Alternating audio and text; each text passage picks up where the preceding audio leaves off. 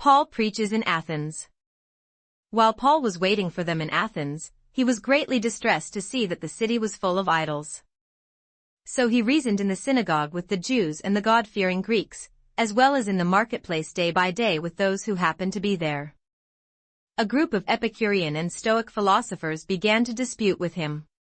Some of them asked, "What is this babbler trying to say?" Others remarked, "He seems to be advocating foreign gods." They said this because Paul was preaching the good news about Jesus and the resurrection.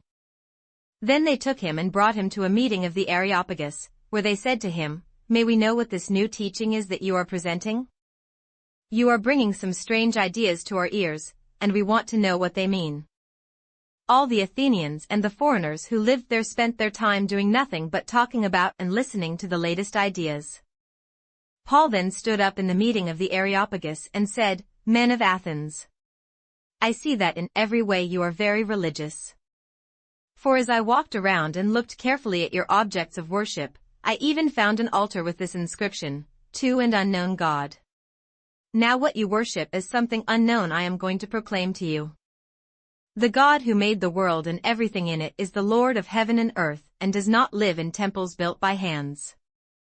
And he is not served by human hands, as if he needed anything, because he himself gives all men life and breath and everything else. From one man he made every nation of men, that they should inhabit the whole earth, and he determined the times set for them and the exact places where they should live. God did this so that men would seek him and perhaps reach out for him and find him, though he is not far from each one of us. For in him we live and move and have our being. As some of your own poets have said, we are his offspring. Therefore, since we are God's offspring, we should not think that the divine being is like gold or silver or stone, an image made by man's design and skill. In the past God overlooked such ignorance, but now he commands all people everywhere to repent. For he has set a day when he will judge the world with justice by the man he has appointed. He has given proof of this to all men by raising him from the dead. When they heard about the resurrection of the dead, some of them sneered, but others said, "We want to hear you again on this subject."